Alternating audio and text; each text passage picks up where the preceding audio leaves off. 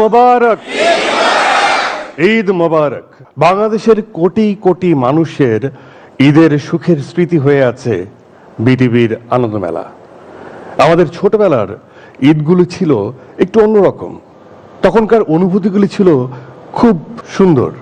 দেখুন, ঈদের মজার মজার খাবার যেমন রুচি আর স্বাদের, তেমনি ঈদের গান সুরের ছন্দ মনে দিত আনন্দ।